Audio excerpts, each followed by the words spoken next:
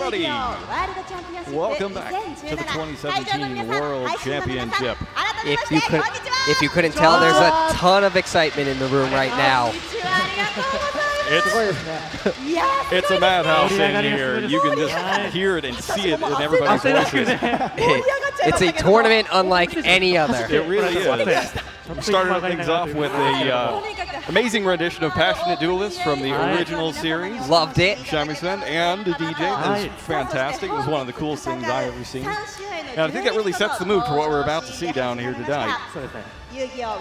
So we've got three, not one, not two, but three final matches for you to decide who will be the world championship here in Tokyo. And we're going to be starting things off on the Dragon Duel side. That's right. We have Ryan Yu dueling against Rafael Reich. You got here with a rather unconventional deck. The chain burn deck that we saw earlier when we featured the Dragon Duelist, where we saw him use Balancing Judgment for 7 cards. It was pretty fantastic. It was definitely one of the highlights of the weekend.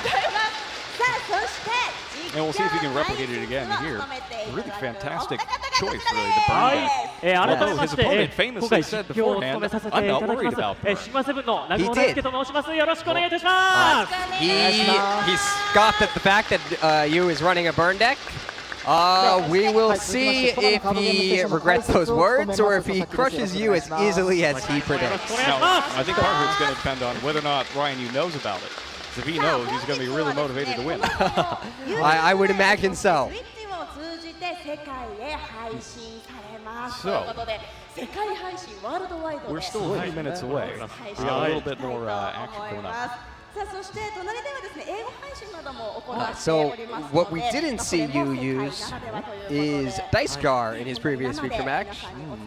And as one of the most interesting cards in his deck, I am hoping it makes an appearance. Oh, that's us.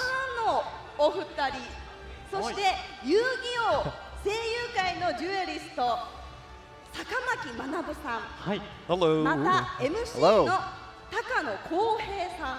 So, Dice Jar, you said. Dice Jar. Dice Jar. I love the excitement in this room. Makes it a little hard to commentate over, but yeah, it is amazing. You can't see it from our perspective, but we've got essentially an entire cheering section up above us. It's true. With these things. And everybody's going mad. And it's really a wonder to watch. I've never seen a tournament like this in the United States. And let me tell you, I love it. The only thing that could make it more crazy is if you can see your game actually finish off with Dice Jar. So Dice Jar is this kind of famous card back in the chain burn days, where it would pretty much completely randomize the outcome of a duel. Both you and your opponent roll a die when it flips. Whoever has the higher roll wins the roll and will inflict damage to their opponent equal to 500 times the roll. But in the case that the roll is a 6, however, tell what happens. 6,000 points of damage is inflicted to your opponent unless your opponent also rolled a 6. In that case, you just keep going until somebody gets it.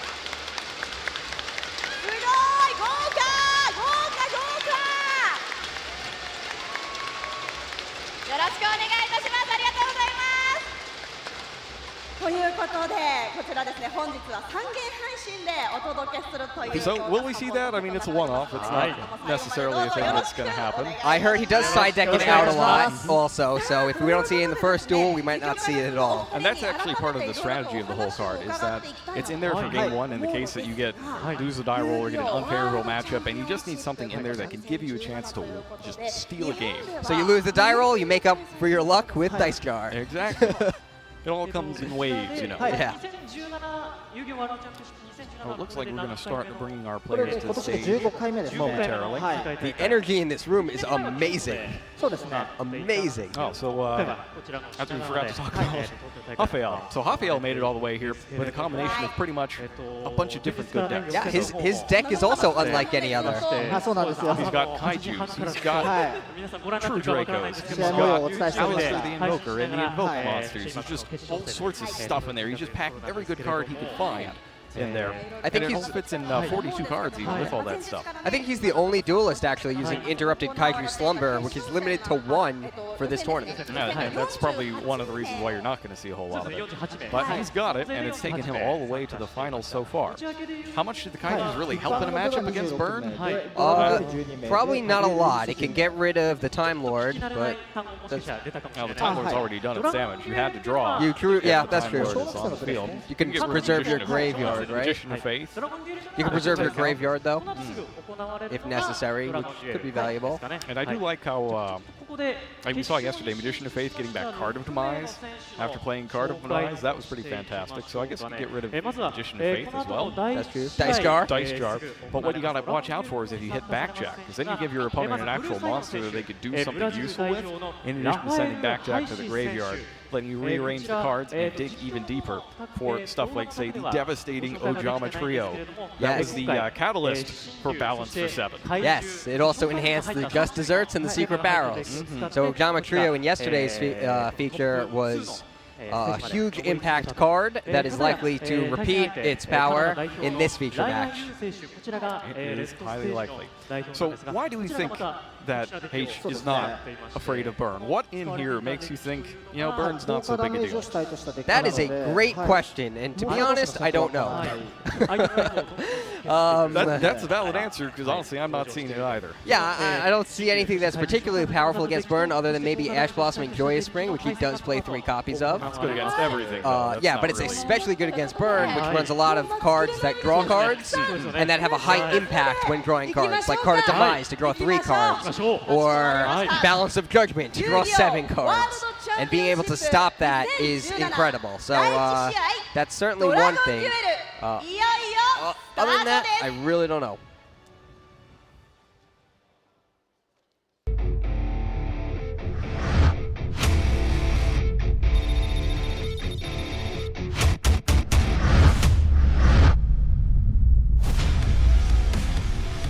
I am Rafael Reich. I have 13 years and I am from São Paulo, Brasil. Eu tive dificuldade em mais alguns. Eu tive dificuldades em alguns duelos, mas na maioria eu acho que o meu meta-call foi muito correto e eu consegui acertar o que eu ia jogar contra, o que me favoreceu muito nas partidas. FDN, fama! I'm Ryan Yu, I'm 12 years old and I'm from Toronto. This might not sound the most professional, but it's highly luck-based. Honestly, I think it's already great to be on day 2. I hope I can win, but I'm not sure. I don't really have a plan, just go with whatever happens.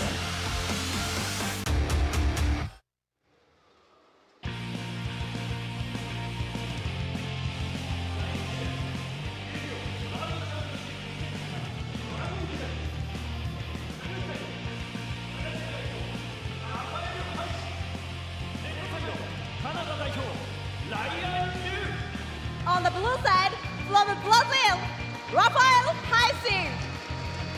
On the red side, from Canada, Ryan Yu.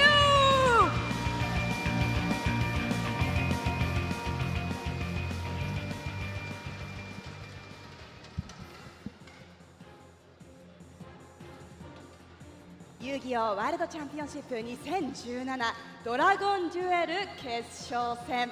いよいよ小学生の部世界チャンピオンを決める戦いが始まります。 The conditions are very harsh here in Tokyo. The heat is incredible. The humidity makes it feel like you're breathing water.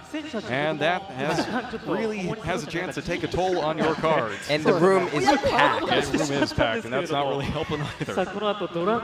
So, it's been really a battle to keep everybody's cards in pristine condition as they play throughout the tournament. And just being able to find the replacements and keep it going has been a challenge in and of itself, in addition to being able to actually play your matches. So it's been kind of a test of endurance, not just for body and mind, but for your tools of the trade as well. But everyone made it out alive, and we are here with the finals competitors for each division. So we heard that Ryan Yu doesn't really have a plan, but do you believe that? I don't believe that. I don't believe that for a second. I don't think someone without a plan would make it to the finals like he did. And I don't believe him when he says it's highly luck-based as well. He played very skillfully, so I think really did. He might just be a little modest. It's like, okay, it's luck that you eventually get to your draw cards, but the skill part of it is making sure that you know how to stay alive long enough. Remember, in his last feature match, Ryan Yu was at just such a massive disadvantage that everybody was thinking, there's no way he's going to pull this one out. But he was able to manipulate his cards correctly. He made some good choices with Absolute King backcheck, rearranging them to get threatening for to stay in the game further. And the knowledge he got there let him figure out how to proceed just to stay in there long enough to get to a bigger impact card like Balance of Judgment, and later to the second Balance of Judgment, which was the one that caused all the final damage. Yes. It's not an easy deck to play. It's pretty hard to pilot, and even the slightest mistake can have a huge impact on the outcome of the duel. And like we said yesterday, that's another reason why Burn is often the deck that cried wolf. A lot of people say they're going to play it, but when they finally sit down and say, all right, I'm going to learn Burn, they give up very quickly. Things like knowing which order to chain your cards, when it's okay to just burn something off for damage and open up a zone without having a further plan for it. How many monsters do you even play? Do you even try to interact with the other player's deck in a way that a regular deck would? That's an interesting question. Most decks, burn decks, opt not to. And Yu's deck has very limited interaction. But indeed it has some, like Lazy on the Time Lord, for example. Yes, interacts when your opponent draws a card. And it also interacts to get rid of the fuel for Masterpiece. That's right. Case. A Masterpiece could start picking off your cards before you can even play them. H does use Book of Moon and Book of Eclipse. Those are cards that might interact well with Lazion. Yep. But that's just one card out of the deck. That's true. That is true.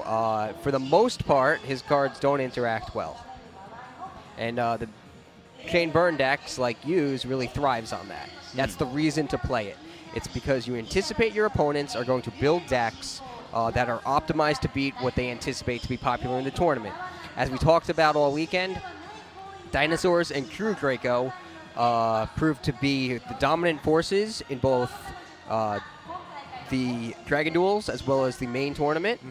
And most duelists built their decks with tech cards that defeat them, or at least attempt to defeat them. When you're paired up against a burn deck, your cards usually don't line up as well. So where H gets his confidence against burn, I'm still thinking about it. I don't know. It could be. Now, I've been looking through his extra deck, for example. He's playing the invoked version of this deck, which means he's got all the invoked monsters. Mechaba could be pretty good here, for example. That's true. Trading a card for an opponent's card can be really good if your opponent's card either inflicts finishing damage or a lot of damage that it will get you to a critically low life point level, or just cards that would draw your opponent cards. But the thing that really interests me is that, so normally you have Ash Blossom and Joyous Spring in your deck, or Ghost Ogre and Snow Rabbit. You're just using them for their monster effects.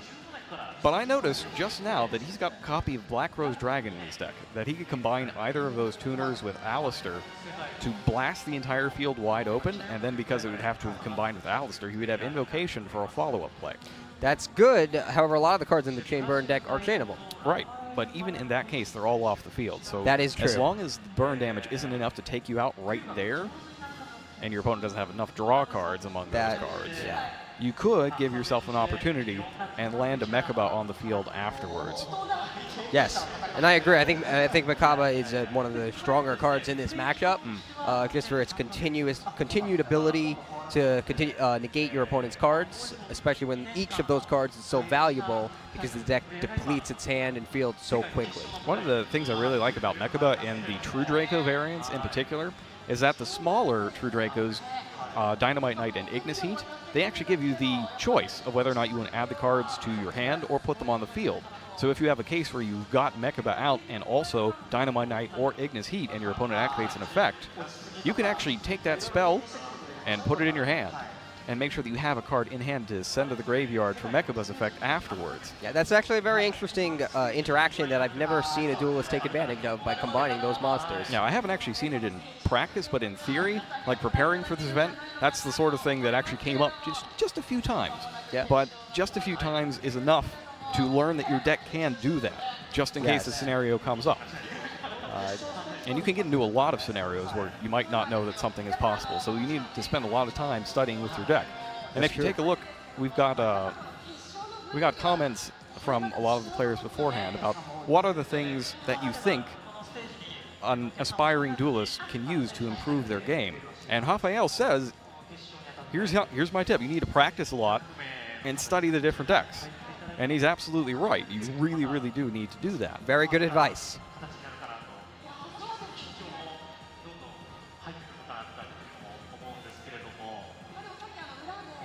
So, some of Ryan Yu's previous accomplishments include, of course, the Dragon Duel Championship in North America, and he also did pretty well at YCS Toronto back in 2015.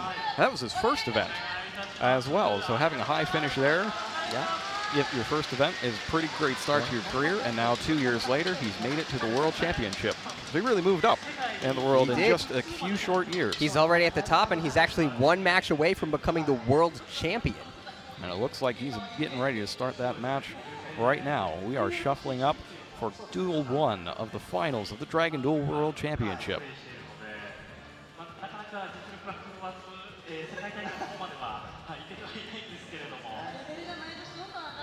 Rafael, he also started back in 2015. He tells us that his most memorable event was the Dragon Duel Championship back at OYCS in 2015. And he says it's the hardest event that he's ever played at. And I wonder if that's still going to be the case when this event is over. I highly doubt it. I suspect that the World Championship will be a little more challenging. A little bit more difficult, but he did manage to run his way through the Swiss rounds with remarkable efficiency. He did, and that's why he's here.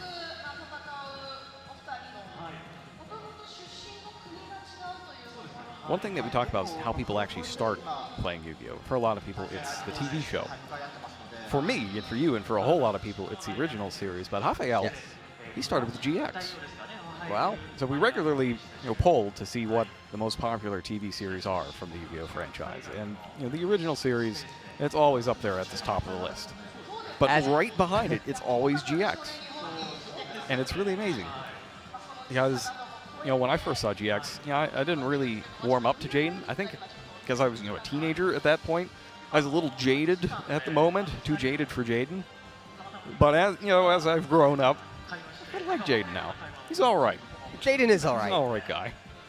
And duelists tend to like elemental heroes as well, so it's nice that his iconic monsters are also popular.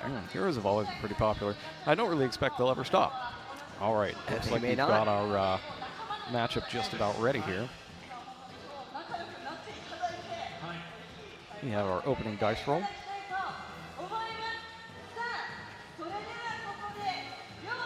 And we'll get the official countdown in just a moment.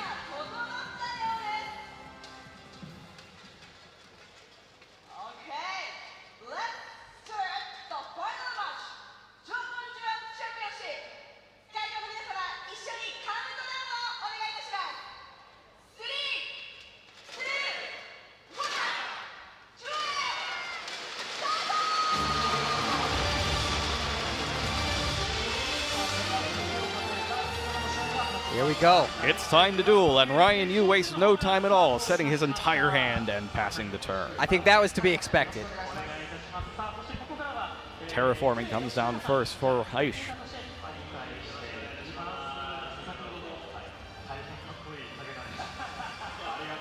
And he comes up with Magical Meltdown. Magical Meltdown, the field spell for the Invoke deck. When activated, it allows you to add Alistair the Invoker to your hand. It also provides some protection from certain spell and trap cards, and actually I think monster effects as well. I believe it's you can't chain. Is it you can't chain to a fusion spell? That sort of thing. None of that will be relevant here, though. No, there are essentially nothing that Ryan Yu is going to do to try to interact in that way. And you also can't activate. Wow, he activates Cosmic Cyclone in his own main phase, giving up 1,000 life points and letting you begin chaining his traps. See what he targets. All right, targets this one. Threatening Roar. Threatening Roar. Not the greatest. Not at all. But at least it didn't start a massive chain that would take out even more life points. Yeah. Magical Meltdown's activated next, and he's going to go ahead and search for Alistair.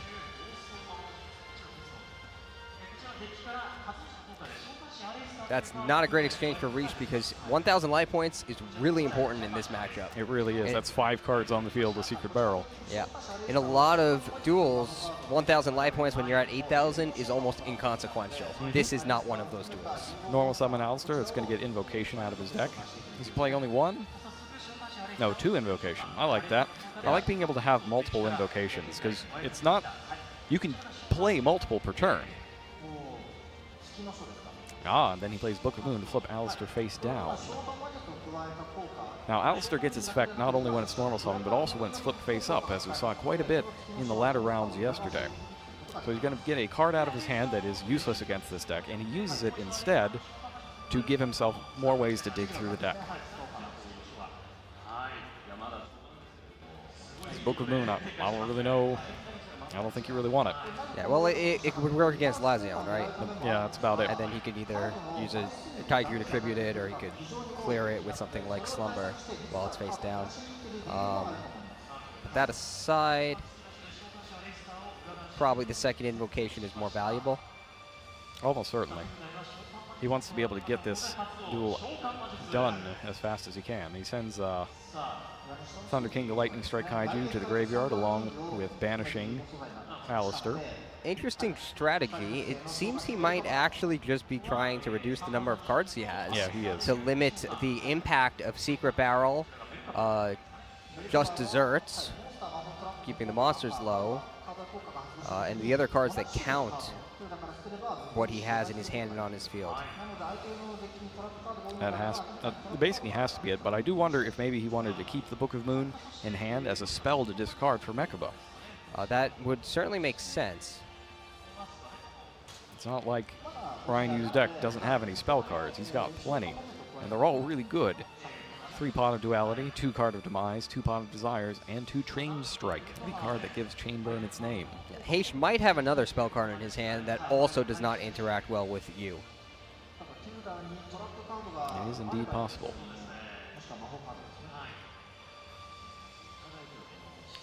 Players are encouraged to shuffle very thoroughly in order to properly randomize their decks, especially at this level of competition. So it all kind of depends on what Rafael has left in his hand. Monsters, not super good.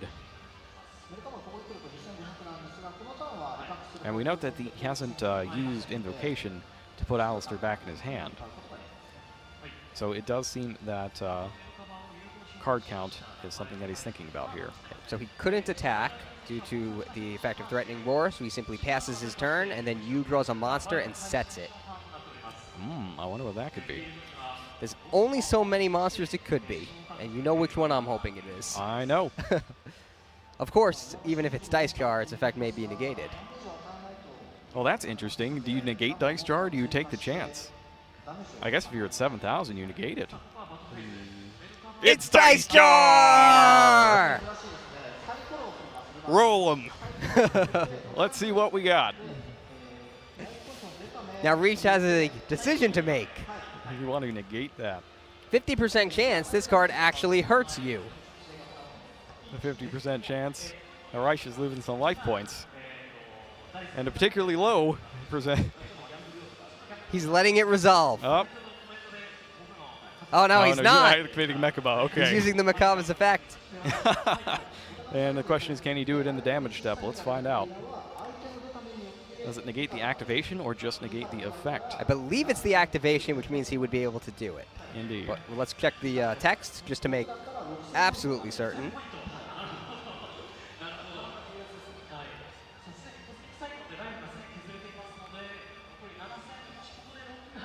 And he does indeed decide to negate and banish it. That's unfortunate. I was so excited to see that Dice Jar.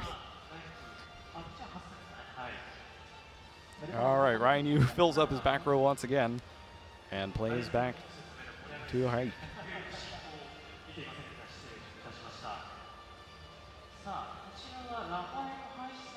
He goes in and attacks. Secret Barrel starts the chain. Reich decides whether he wants to negate it. Chainlink 2. He activates Mechaba's effect and decides he wants to negate the activation of it. Let's see what's next. believe Makaba's a once per turn effect, right? It is. So he's sort of giving you free range to activate whatever else he wishes to activate. His Secret Barrel could just be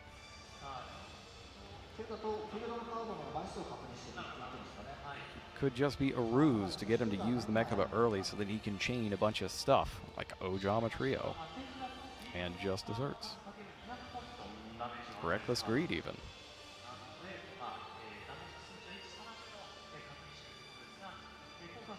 Oh, no. What did he discard then? It must have been Max C. He must have sent Max C to the graveyard just to get it out of his hand in response to Secret Barrel. I couldn't tell what monster he discarded, but he did negate it. Makaba attacks direct. Oh, no, he didn't negate it. No, he didn't negate it. He discarded a Max C to get a card out of his hand. Oh, to reduce the... oh, that's interesting. So he didn't want to leave himself vulnerable to something like Dimension Wall. Indeed. So he wanted to keep Makaba's activation relevant and still active on the field, and then instead just reduce the damage by 200 by using Maxi's effect. That's clever. Yu uses Wabaku to prevent the damage on the next turn. And Rafael is able to keep on drawing cards.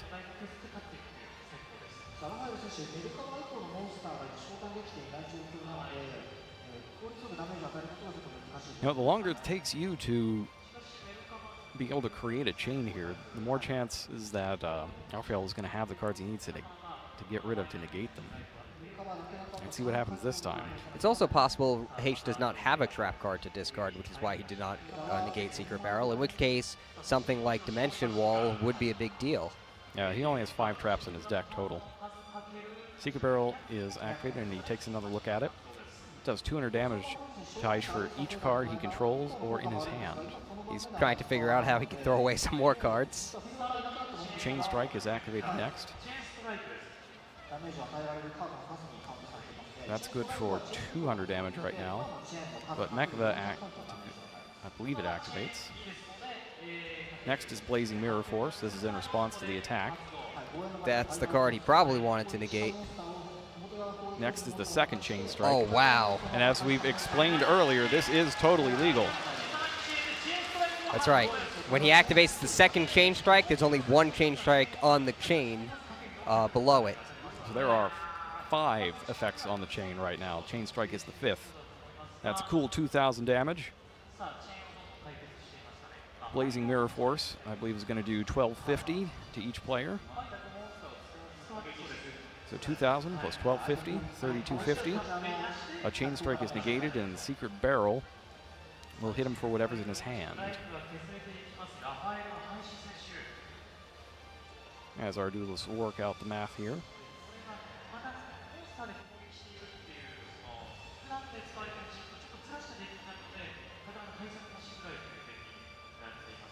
Yes, and while the activation of Chain Strike is negated there, it doesn't change the chain link number of the second Chain Strike because it's not removed from the chain until Mekaba itself resolves. Looks like the Secret Barrel will inflict 1,000 points of damage, as Heish has 1 card on the field, Magical Meltdown, plus 4 cards in his hand. Indeed. And when we put that all together, Heish is down to pretty low numbers. 2,000 plus 1,250 plus 1,000. That's 4,250. He should be down to 1,750. 1,750 is a dangerous number here. It is. 1 strong attack into a Dimension Wall, and that would be the duel. Or even something like a, if he could get his opponent to draw while he has Lazion on the field on his first turn. That's true. Or even just something like Lazion Secret Barrel, or Lazion Secret Blast could get him there. Although he probably need 1 more card on the field, I think, for that to work. No, 2 more cards. 2, yeah. You need 2 cards. Okay, Heish gets Invocation back using his Alistair's effect. Yep, he's going to try to get another Mekaba down there. He will be able to do that since he does have the first one in the graveyard. So he has the light requirement already in the graveyard to banish with Invocation. And he plays 2, correct? Yes, he does play 2. Yes. So he uses Alistair to search for the Invocation, activates it. And really, it's nice to have that kaiju there, the lightning strike kaiju. You can see now why it's there, for its attribute. That's true, too. So he banished that. He could have just banished the Makaba, though. That's true, he could. I wonder if he has a way to bring it back. I don't think he does. That would be interesting. Doesn't look like it. In which case, it just makes no difference what he banishes. Indeed. Thanks to Makaba, Heish is actually not in the worst shape. Nope, he's at low life. Yes, but he's got cards in his hand to discard, and Ryan Yu only has 1 card left. That's right. Unless it's something really good, like Card of Demise level, and he catches Rafael without a spell in hand, which honestly doesn't seem super likely, because I believe he has the 2nd invocation. And if he doesn't have it now, he'll certainly have it on his next turn when he returns Alistair to his hand and is able to resummon it if he chooses to do so. Indeed.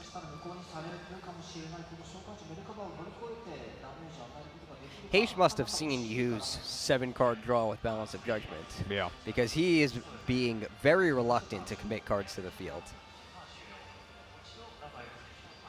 The scary thing is traps here. He's got so few traps in his deck, and he has to attack. That's true. He's not going to win without attacking. Only you can do that. Picks Alistair back up. But I guess the concern here is you got to finish it now as opposed to later. So there's no point in really, I don't know if there's a point in waiting to get a trap card to discard if you don't already have it, because that just increases the chances that Ryan Yu's going to be able to pull another one out of his hat. Yes, there's very few cards you can draw that are actually just not useful. Most of them either deal damage or draw cards, and that's exactly what he wants to do, especially with Heish at only 1,750 life points.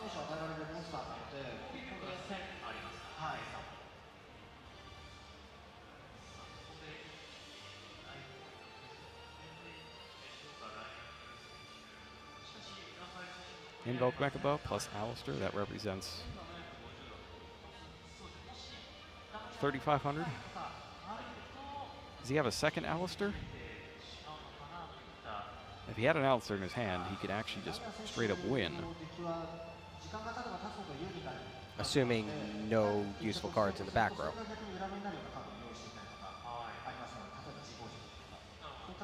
Even another Blazing Mirror Force could do it. Yeah, and he knows that it could do it too, so he switches to defense. And he's going to try and get through there with Alistair.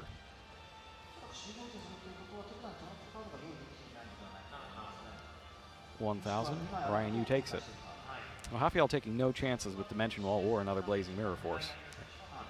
He very likely does not have the trap card to discard to negate one of those cards, which is why he's being so cautious.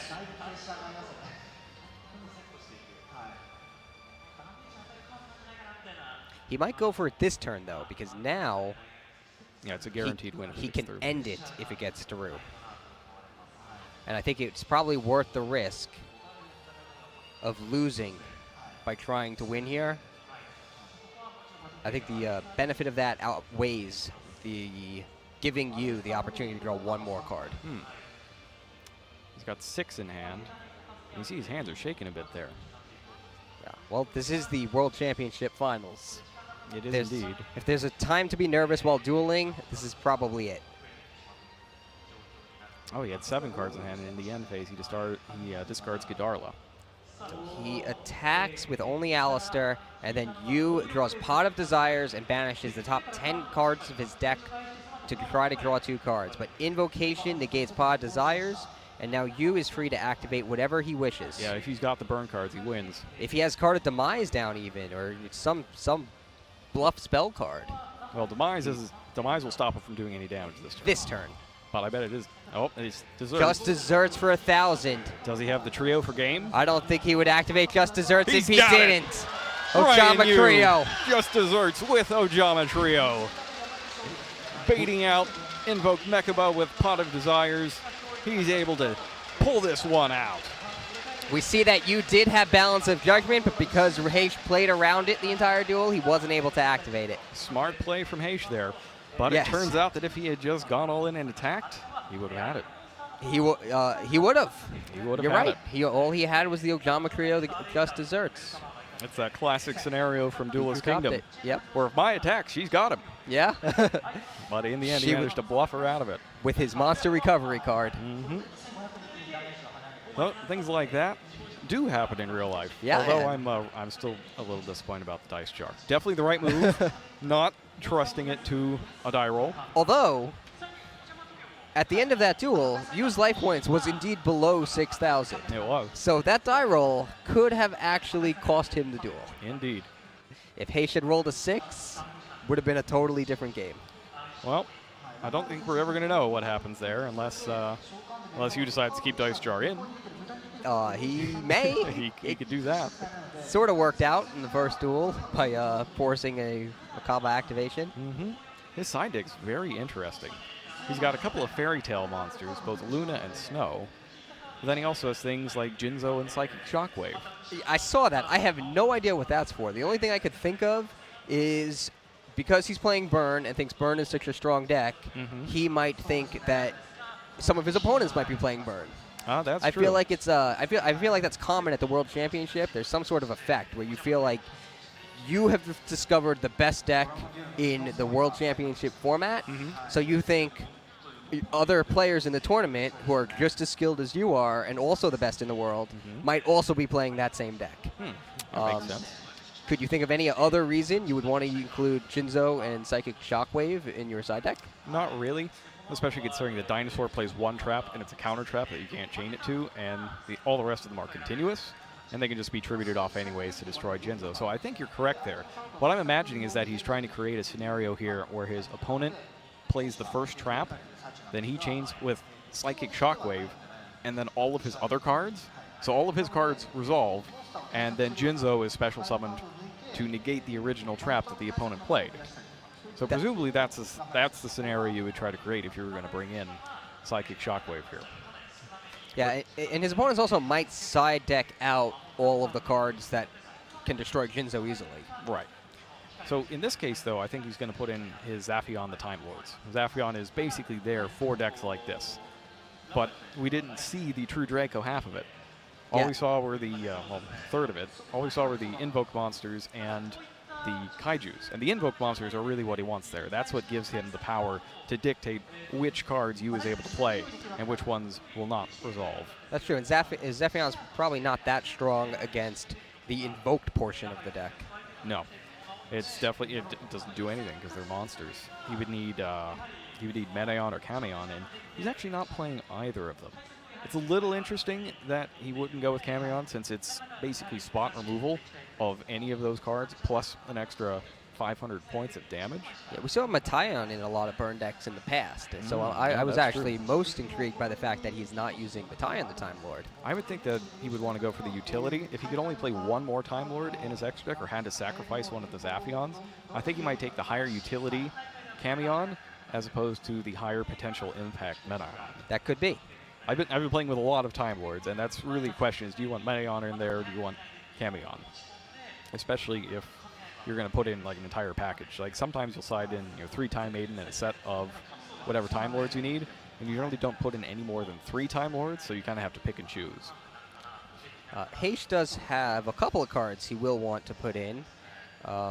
I think we'll probably see Droll and Lockbird come in, just because it's better than a lot of the cards that are currently in his main deck. Yes, so that's one of the things where, let's say Pot of Desires happens, he could activate that afterwards and then stop any follow-ups from Card of Demise or Reckless Greed or anything like that. Right.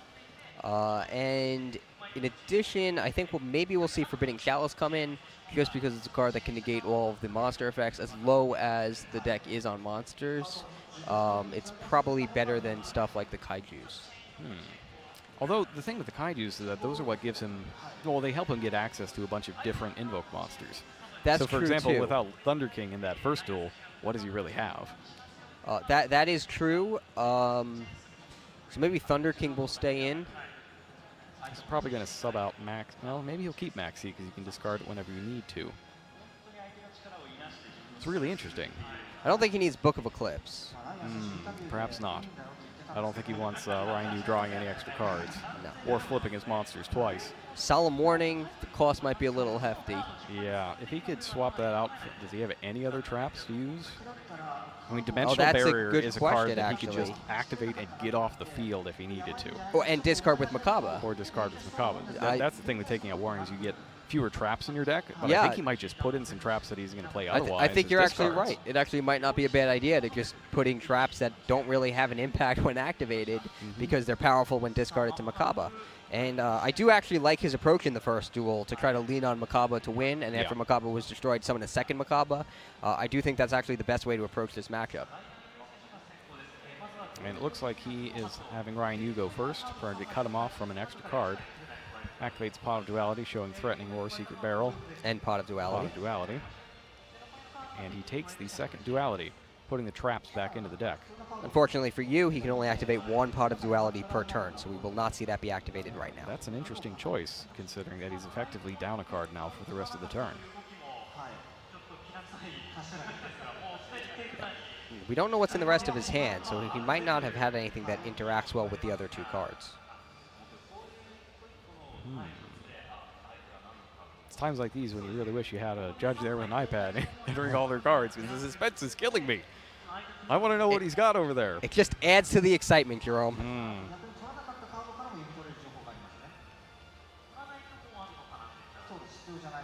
I'm just going to keep thinking about it while he's shuffling. What makes you take the second Pot of Duality? Are you just going to set it and go for like a Card of Demise play or something, and then have Duality to filter through your cards again next turn? I doubt that. I think if he had a Card of Demise, he'd probably want the Secret Barrel. My guess is that he needs something that interacts. What was the third card? Do you remember? Threatening Roar. Threatening Roar. Yeah, I guess if he had Card of Demise, I think he would probably take Secret Barrel. But let's see. Yes, that's 4. My guess is he's digging for something that will actually interact with his opponent's monsters to hold them off permanently, like a Blazing Mirror Force, for instance. Interesting that he kept a card in hand. What could that be? It's probably the Duality. Oh, you don't think he said it? I doubt it. Terraforming's activated. Goes and gets Dragonic Diagram this time. Interesting he's taking a different approach to this duel. Unless he already has Meltdown.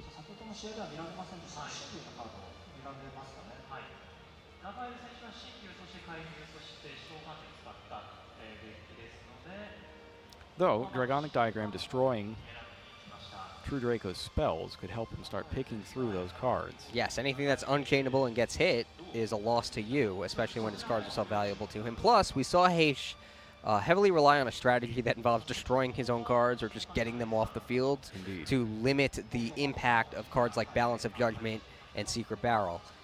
So Dragonic Diagram actually plays well into that strategy.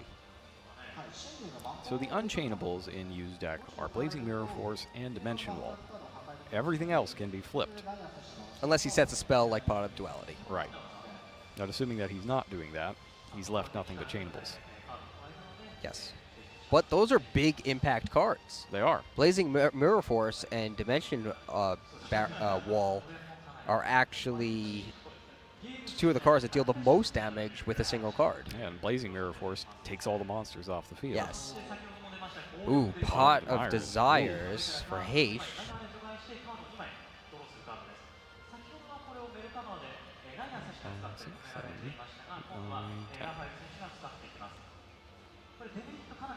One last 10th card hiding there. Draws 2 more, adding more cards to his hand. Could be dangerous.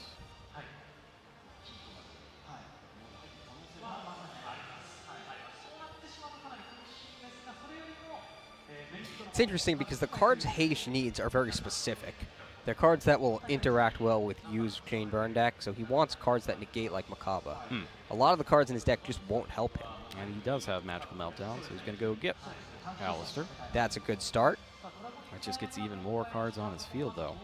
I wonder if he's getting set up here. Well, he could always get rid of it with the diagram he added to his hand earlier. But that just replaces it with another card. That's true, but it gets the Actually, diagram no, out of his hand. In that case, I thought you meant the Alistair. No, the yes, that would get rid of Magical Meltdown. Yes. All right. Alistair is normal summoned, and that's going to go ahead and get him Invocation.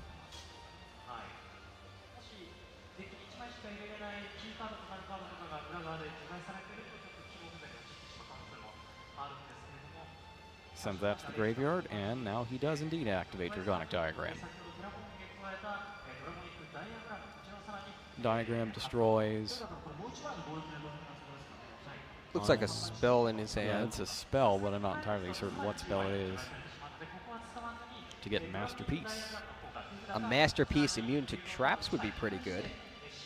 Well, it won't stop the Dimension Wall, but it'll get through Blazing Mirror Force. Its Dimension Wall affects the player rather than the monster itself. And if you could come up with, like, Masterpiece Mechaba, that's pretty good. That would be insane. Or he might just throw it away to make Mechaba. He will. So different cards, but the exact same result. Invoke Mechaba is going to be on the field. Masterpiece seems like it would actually be fairly strong to summon in this matchup. Just hitting your opponent's cards the turn your opponent sets them, so he can't chain them. He hasn't had any continuous cards, though, has he? That I don't know, because I don't know his hand. So he certainly could have gotten to them, though, with the diagram, eventually. It's true. There is no eventually, though, in this particular matchup. Well, it would take at most 2 turns. So if he could spare the 2 turns, he could have made a long-term strategy involving Masterpiece. Although Mechaba now is also good.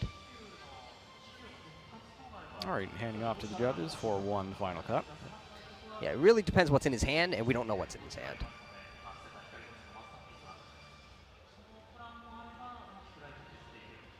Mechaba attacks. He must feel safe against Dimension Wall, and there it is.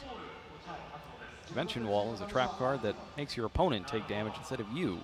He takes it. He must not have a trap card in his hand. He doesn't have that many. I'm thinking maybe he didn't side any more in. Yeah, he has 5 in the main deck, and if he took your strategy, which I think actually would have been a very good idea, although not easy to think of, he would have 8 because he had in the barriers. Indeed, he takes 25 there. Balance of Judgment. Secret Blast and Absolute King Backjack. None of those cards are too good here. I'd like Backjack, though, because it blocks an attack, possibly forces a negation. That's true. And if it just goes to the graveyard, do you think they're really going to negate the effect to rearrange your top 3 cards? Is that worth a card? Certainly not that effect. Mechaba can also negate the banish effect, right? It can. So I think that one it's more likely to negate because it's essentially draw a card. But let's say that your opponent doesn't negate and you get to rearrange your cards. Well, now you know they're probably going to negate the other one. Right. So you can rearrange your deck in such a way where you put the card that you actually want to draw on top instead and kind of mind game them that way. That is risky, though, because he also might leave Mechaba's effect open to try to negate a different card. So there's no guarantee he'll actually negate Jack back. Oh, I think when you actually make that play, you have to be very decisive in your mannerisms when you're doing it. So if you're going to try to pull it off like that, you rearrange your cards, slam them back on top of your deck, and then hurl Backjack into your banish pile.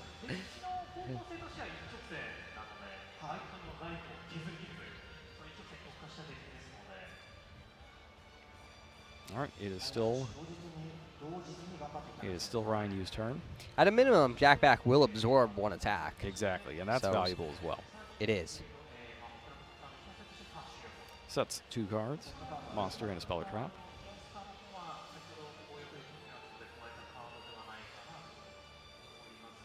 Activates Dragonic Diagram's effect. And he's destroying Droll and Lockbird in this instance. See if that comes back to haunt him later. It might. I feel like it's very hard to actually activate Droll and Lockbird here. Yeah. In this matchup. Because if they put a bunch of cards on the chain that all draw cards, you don't even have an opportunity to discard it if they haven't already drawn in the turn. I mean, you use it against You could use it against Pot of Duality, could you not? You could after they add the card. Right. And then they can't draw any more cards. But I don't know. I don't know if Chain Burn really draws a lot of times in a turn. It draws a lot of cards in a turn. Right. So, but if they say Duality for Card of Demise, yes, you would just throw it down right there because you know it's coming. Right. But then they won't activate the card Demise. They'll have it for next turn. That's true. That's what you want. Yeah. It slows them down. That's for sure. And now he's going to tribute summon Dynamite Knight. Yes. True Draco Heritage is getting tributed for it, and Balance of Judgment is sent to the graveyard due to the effect of the Heritage. Not particularly relevant here, but it could have become relevant. Mechaba goes to defense to protect against Blazing Mirror Force. He must not have a trap card in his hand again. And attacks into Backjack. Backjack activates and he just negates it. With, it's got to be with Mechaba. So he negates the rearrange effect because that banishes Jack back, right? Yeah. Since Mechaba banishes the cards it negates, or do those cards have to be on the field for it to banish them? I don't think so. But it seems like he also wants to activate Dynamite Knight, which he cannot.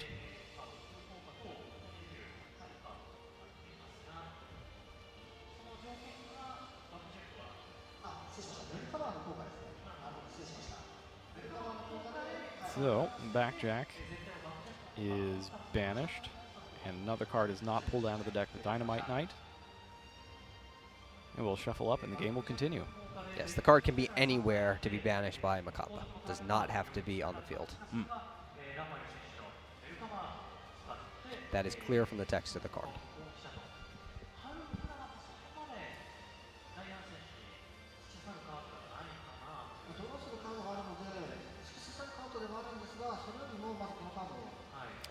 I think I like the setup a lot better than the last one. I mean, it helps obviously that you have the increased power of Dynamite Knight here, 2,800. Plus, you can get traps out of your deck. This is what we mentioned before. Yes. Is being able to get the traps out of your deck to negate with Mechaba. Yes. Just sets a card and passes. The thing he has to remember, though, is that he can't have the trap activate, search with Dynamite, but also negate the trap in the same chain. Right. That you cannot do. So you will want to make his first chain of trap cards really count, because that's the chain that's going to get through. Unless H just top-decked a trap card, which is unlikely given the low number in his deck. He takes 2,800 here. That's a plus 300 boost from Dragonic Diagram. And Rafael Reich takes the lead by 300. Looks like they missed the 300 boost. Dark Hole activates, and it resolves. Wow, no spell card in Heish's hand. So that must mean his hand's all monsters. Yeah, if there's no traps and no spells, that's all it could be. It's got to be all monsters. That's rough. Did he use Dynamite's effect? He didn't. So he could have gotten a trap. He didn't. He forgot. He was still stunned by the Dark Hole. That happens. Yeah, that's unfortunate. That might actually cost him. How you react when the crazy top decks happen is part of the game. And just being able to stay in the moment and make the right move is important if you want to be the world champion.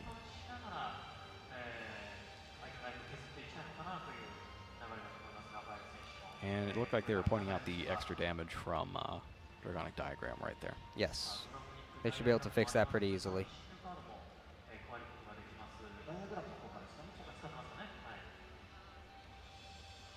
And now we're activating Diagram's effect. Destroying Droll and Lockbird. Again.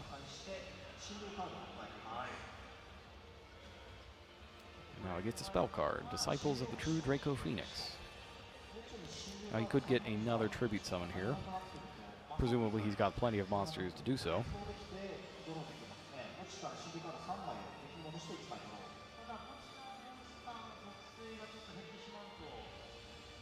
He must if that's all that's in his hand. But he plays a lot of weird monsters in his deck too. He plays a lot of Kaijus. They're not all True Dracos. It's true. Okay, so he activates Invocation first. I think we will very likely see him banish Alistair with the Makaba or a different light monster if he has one, in order to summon another Makaba like he did in the first duel. Yeah, presumably he's just making the second one. Don't see any real reason not to there. Yep. And it's nice to have a spell in your hand now so that you can prevent things like the Dark Hole from happening. Yes. It's unfortunate he didn't grab a trap card, though, with Dynamite. And he's thinking about which position to summon it in. Attack mode or defense mode. He's already attacked this. No, he's not attacked this turn. So he puts in attack position. Activates Disciples. And he's going to put 3 cards back into his deck to draw one. I believe he has Heritage, Masterpiece, and Dynamite, right? Yes. Yep, so since those are the only 3, that's what's going back.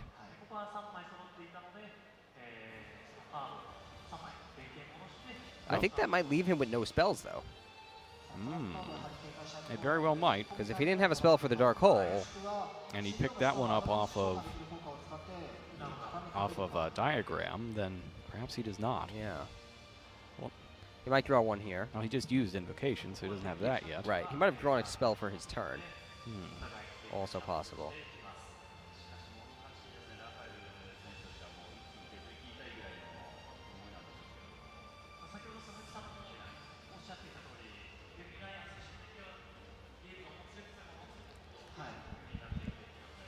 All right, we shuffle up.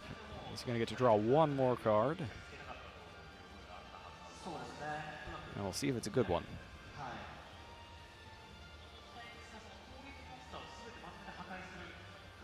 Part of the cards. Declares an attack. Secret Barrel is activated as Chain Link 1. Uh-oh. H did not want to see him reaching for a card. Uh-oh, look out, Rafael.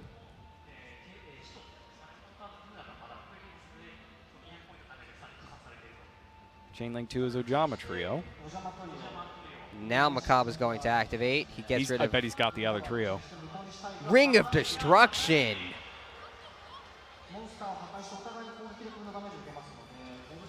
It's during his opponent's turn. It certainly is. All right, Ring of Destruction is going to hit both players for $12.50.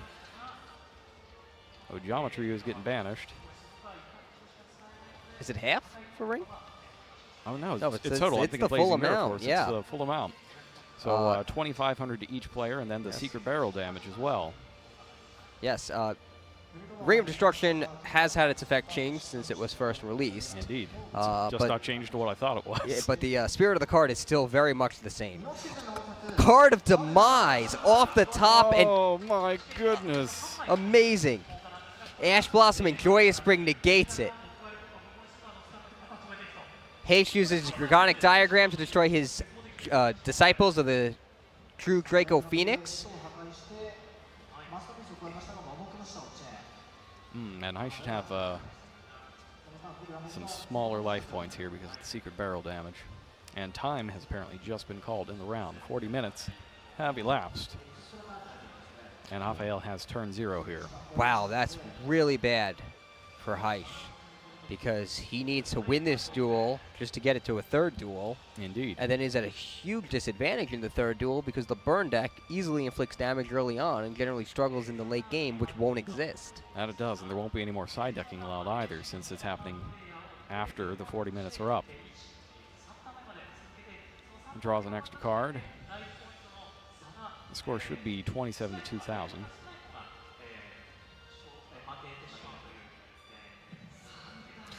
Double Tribute, Masterpiece hits the field. I think this is the end for you. Unless he draws Dimension Wall. Actually, Even no, still, it'll be destroyed in the end phase. Right. Masterpiece activates, and you immediately concedes. All right, so I thought you had him there when he pulled Card of Demise off the top of the deck, but all of the monsters that Rafael had been holding the entire game happened to be ones he could pitch from his hand, like Droll and Lockbird, and in the end, Ash Blossom and Joyous Spring. And it looks like it's going to be we're going to get another roll to decide who's going to go first in this last game, since it is happening after the 40 minutes have elapsed. So no side decking. Oh, don't forget your Dragonic Diagram and Alistair, Rafael. You're going to need them. There you go. I don't know if these duelists would really want a side deck entering the third duel anymore. Anyway, I think that the way they side decked entering the second duel is probably how they're going to want to keep their decks. Unless there's a specific thing that you would do if you knew you were going first or second, yes. which you now do not. That's true. All right, so the way this is going to work is as follows. These players will play at least 4 turns. At the end of those 4 turns, we will check the life points. Whoever has more life points is the winner of the duel, the match, and is the 2017 Dragon Duel World Champion. If we have a tie after those 4 turns, we will keep playing until the tie is broken. And at the end of the chain, which is of course important for this particular deck, at the end of any chain, if there is a change in life points, the duelist with more life points is the winner. Ryan Yu seems to have a clear advantage here. He does, and it's really going to depend on this dice roll here. I think he would want to give... I think he wants to go second here. To only give 1 attack each turn. Definitely. That seems like the advantage here. Now, how does this work? Does the player who wins the die roll get to choose, or does the player who wins the die roll have to go first? They get to choose. They get to choose. Yes, second would definitely be a lot better for you. Yeah, this is a tense situation. The entire Dragon Duel World Championship being decided on a 4-turn extra duel. Hard to imagine higher stakes than that. And I do wonder how Reich will react to it, considering that the Dark Hole, that he didn't chain to the Dark Hole with his Dynamite Knight in the last duel. I wonder if something like that, if the pressure could get to him again. It could. Certainly a spell card a little earlier could have helped.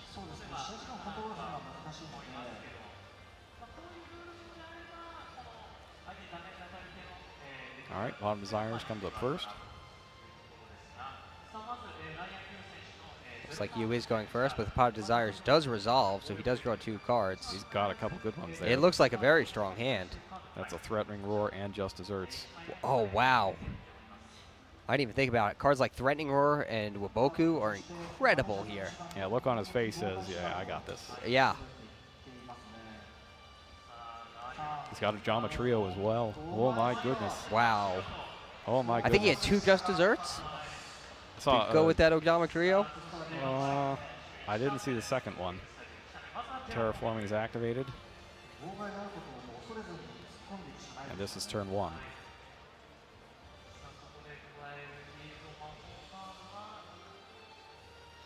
So Heish only gets 2 battle phases, and he'll have to skip 1 of them because of Threatening Roar. That's the question, though, is do you take the damage in the first one and then just, if you have the lead, flip Waboku for game on the draw phase? Very likely. It really depends. If he can skip 2 of his opponent's battle phases, even better. Did he have Threatening Roar as well? Threatening Roar and Waboku? He has Waboku. I only saw Roar. Yeah, I think he only has the Roar. But I don't know all 5 of his cards.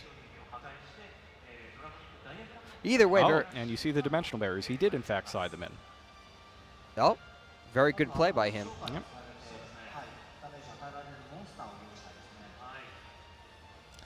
He seems to have been very prepared for this match to play against Chainburn. Yeah, so I can see where his confidence was coming from, but it looks like it might not be enough. Yes, and he did get it to a 3rd duel already.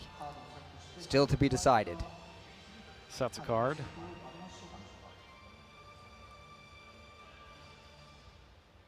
Tributes it. Oh, it's a trap, not a spell. And Ignis Heat is summoned. That'll just get more spell. Cosmic Cyclone's activated, really? Pays 1,000 life points already, bringing him at a disadvantage.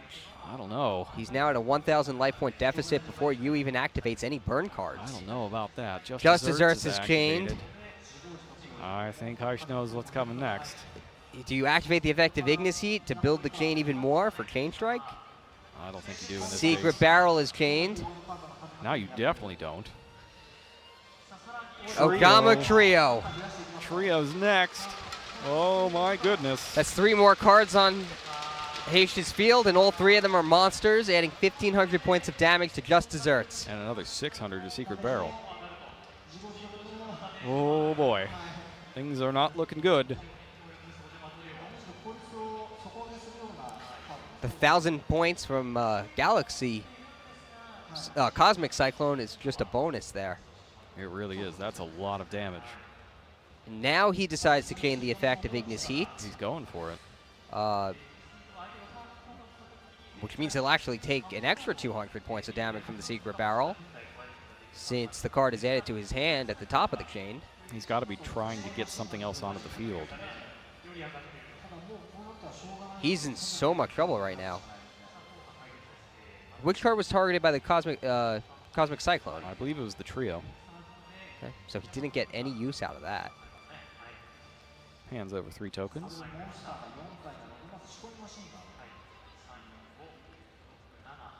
One, 2, 3, 4, 5, 6, 7, 8, 9.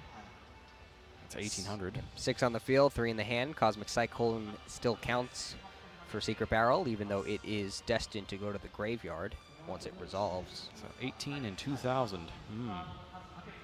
3,800 on top of the 1,000 from Cosmic Cyclone. That's pretty rough. That is. Doesn't get more painful than that. That was not a good turn for Heish. He can still try to get some damage in here. Maybe. He can try. He can certainly try. At this point, if you're you and he only attacks with the Ignis Heat, I imagine you just take the hit. And then in your opponent's draw phase, you can Threatening Roar. He's going to draw another card. It's got to be a good one. Yes, he sent an Apocalypse to the graveyard? Yes. So it's 1 card. But he does need to shuffle first because he searched with Ignis Heat.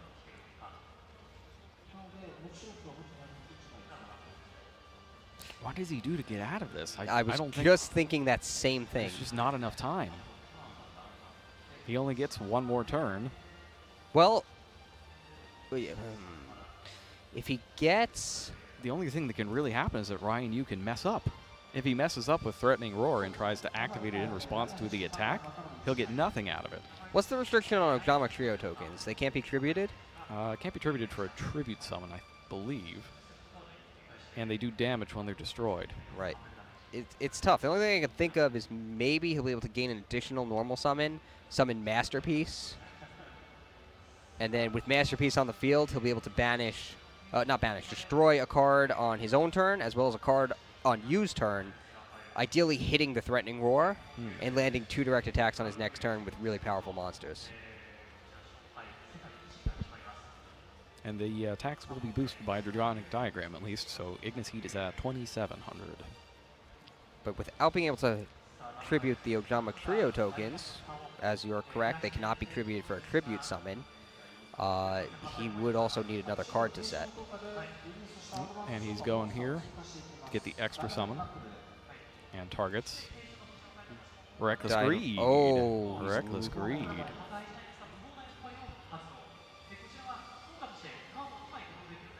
Reckless Greed is chained.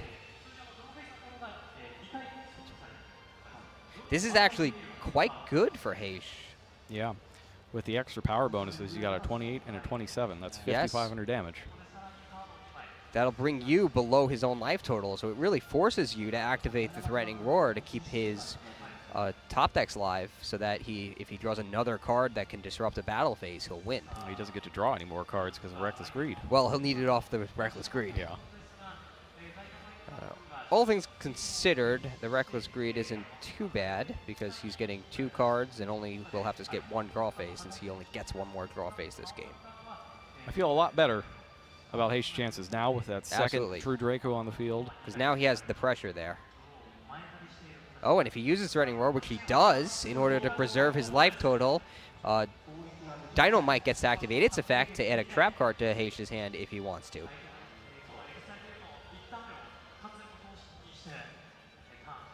Skips his draw phase for the turn. Summons Zephion. Zephion, the Time Lord. And I think he's going to get it. I think Ryan Yu has it. Can't be damaged. Can't be destroyed.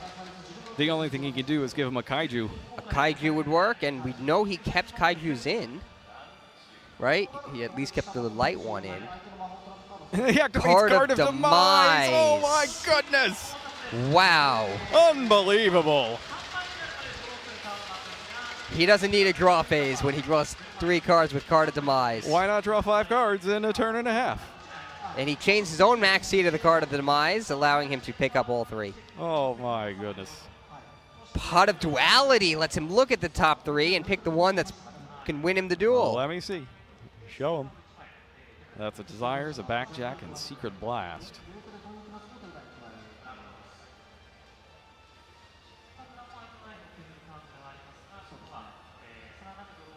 Wow. I think he took the Desires. Wow, I did not quite see that there. I'm still in a little bit of stunned disbelief over how good that Reckless Greed was.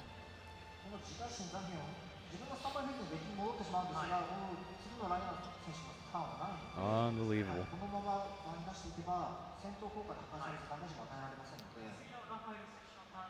All right, well, we'll see if Rafael gets that chance to attack at all.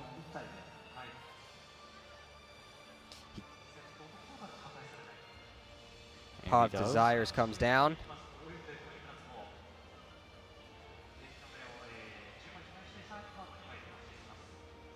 Still 1 turn left off Reckless Greed. Is that Did he pick up 2 double dark holes? I think he did. Is Zephion also immune to your own spell and trap cards? Presumably, otherwise he wouldn't be playing it. Wow. He clears the field, and that also will do 900 points of damage to Heish, who's going to lose all of the Ogama tokens. Unbelievable. 300 for each. I'll go ahead and grab our Zephion text there. Everybody loves Zephion. I'm not sure Heish does. Yes, cannot be destroyed by battle or card effects, including your own. Yeah, That's the classic Dan Posey combo. Activate Odin, okay, Dark Hole. Heish does gain the effect of Dynamite in order to get True King's Return from his deck, and it looks like he pays it face up. But he is in big trouble here. He's going to at least be able to reclaim a monster here. In the end phase, Yu doesn't have any cards to discard from his hand, with Card of Demise's drawback. All right, he's going to special summon with True King's Return to get a Dynamite Knight. And Reich, this is it. This is the final turn. That's, yes. Heish is at 2,300 life points.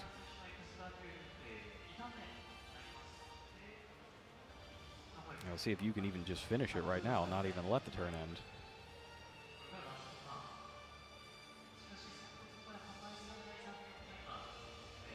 Heish is thinking very hard. Very, very hard indeed. It is turn 3. He does have the Kaiju. If not for the Dark Hole, that would have been a big deal. And he gets to draw a card because Zephion was sent from the field to the graveyard. But his work is cut out for him. Reich is at 2,300 life points. That is a 5,700 point difference that he has to make up past Godarla. I can't imagine that this doesn't involve Masterpiece somehow. I agree. I think if there's a way to do it, it's probably with Masterpiece. He does have Dragonic Diagram, which could destroy the True King's Return, which can take down the Gandharla. There's every chance that he just loses to another battle phase stopper, though. Yeah, I mean, if he had the Threatening Roar or Woboku, I think he would have activated it. There's no reason not to, since this is the last turn of the duel. And he does indeed destroy the True King's Return there. So we will get rid of Godarla. And he will add Masterpiece to his hand. So if he has the right cards in his hand to summon Masterpiece... It's got to be like summon Masterpiece and Alistair in the same turn and activate Invocation, and Ryan Yu has nothing. I think that's the only way he wins this. Yeah, it's... Yeah. Every play basically depends on you having nothing, which is very unlikely.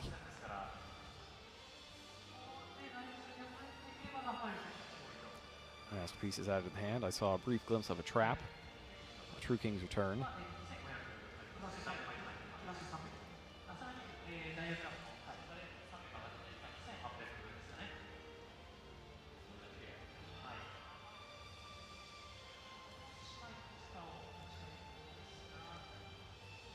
Checks his extra deck. I think he's thinking the same thing we are. He's got to get an Invoke monster and Masterpiece on the field. Well, he has the Alistair. Alistair is okay. He summons it. He gets Invocation to his hand.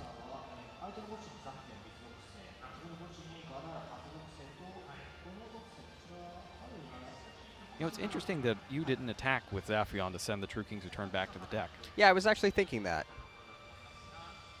I'm not sure why he didn't. He might have just thought that there's no way he could lose, so he didn't need to. And he might be right. There's the Invocation. Are there any other light monsters? Activate Invocation. 2,300 life points left. That's a good question. I don't think there are. Yeah, he has to get rid of Masterpiece. And he does.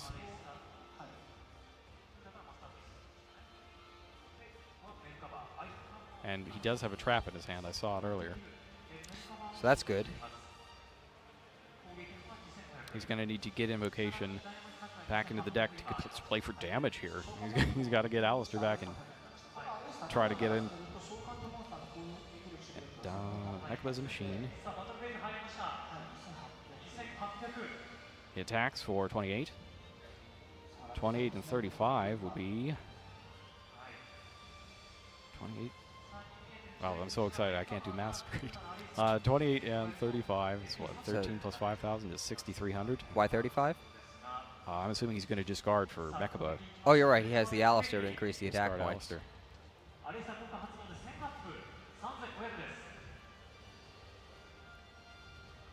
Does he have double Alistair? Is one enough to 35, 28? It's not, because he only has 2,300. Oh, we would tie it. It's 28 and 35. You're right. It would tie it. What's Ryan going to do? Wait, no. That would be 63, no? Activate Secret Barrel. No, 28 and 35 actually puts him ahead. Does it? How much is that? 67? I think it's 63. Leaves him at 17. Okay, 63. Yeah, leaves him at 17, so he is ahead. Secret Barrel can be activated now. I'm pretty sure Heish is not at 3,200 life points, though, as displayed. No, he's not. He's at 23. He's at 23 because of the Gamma tokens. So, I think Ryan, you might have just lost. well, it depends. How much would Secret Barrel do? He would have had to play Secret Barrel earlier. He could do it in main phase 2. But it could get negated now. It could have gotten negated before. Not if he changed it to Invocation. Oh, yes. Yes, yes. Does Heish definitely have the trap card in his hand? I thought I saw it. So Secret Barrel will attempt to tie it up. Well, no, he has cards in hand also. The Secret Barrel will actually put him ahead. Yep. 4 cards. That'll be 23 down to 11. He has 1 in hand? I think he has 2. He's got 2. 2, so he'll take 1,000. Change strike. 800 more. But if he has a spell, he could reduce the damage. He would reduce the Secret Barrel damage. But I think it should be over, though. That if Heish is in fact at 2,300, the Secret Barrel damage alone, if he even keeps 1 card in his hand, is enough to get Heish below 1,700. And he is at 2,300. The Ojama Chokins were destroyed, and they recorded the damage. Yes, and that's it. That'll do it. Ryan Yu has prevailed in a nail-biter. Absolute madness in the Dragon Duel Finals.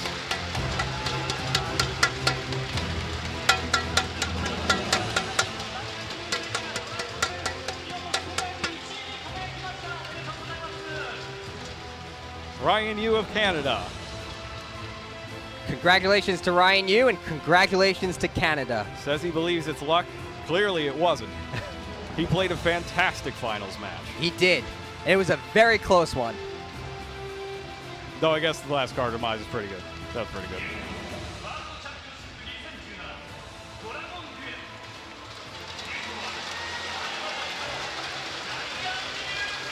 That was an incredible match, and I don't think anyone predicted it. Ryan Yu of Canada brings Chain Burn. Takes it all the way. It was a long road. He had to go through Charlie Futch one more time in the semifinals earlier this morning. And now that he can finally relax and breathe again. ほっとしました。今はどういう気持ちですかって聞いたところ、とてもほっとしましたってお返ししました。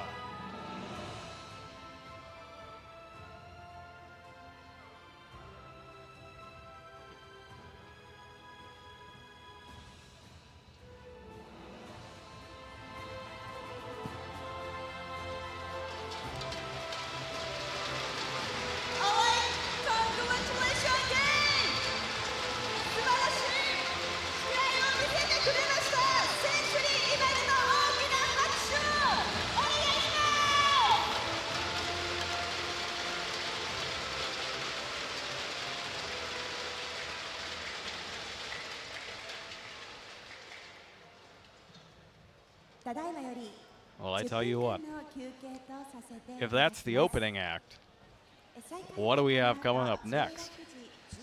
Duel Links. Duel Links.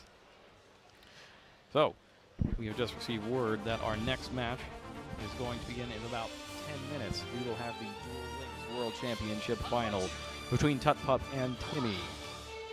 And I have a feeling that one's going to be a nail-biter as well. So it was widely recognized that Red Eyes was the deck to beat, was it not, for Duel Links? It seemed to be. A lot of the players agreed that it was one of the strongest decks. Many of them couldn't use it because they didn't have Red Eyes Insight, or opted not to use it because they didn't have Red Eyes Insight or enough copies of Red Eyes Insight.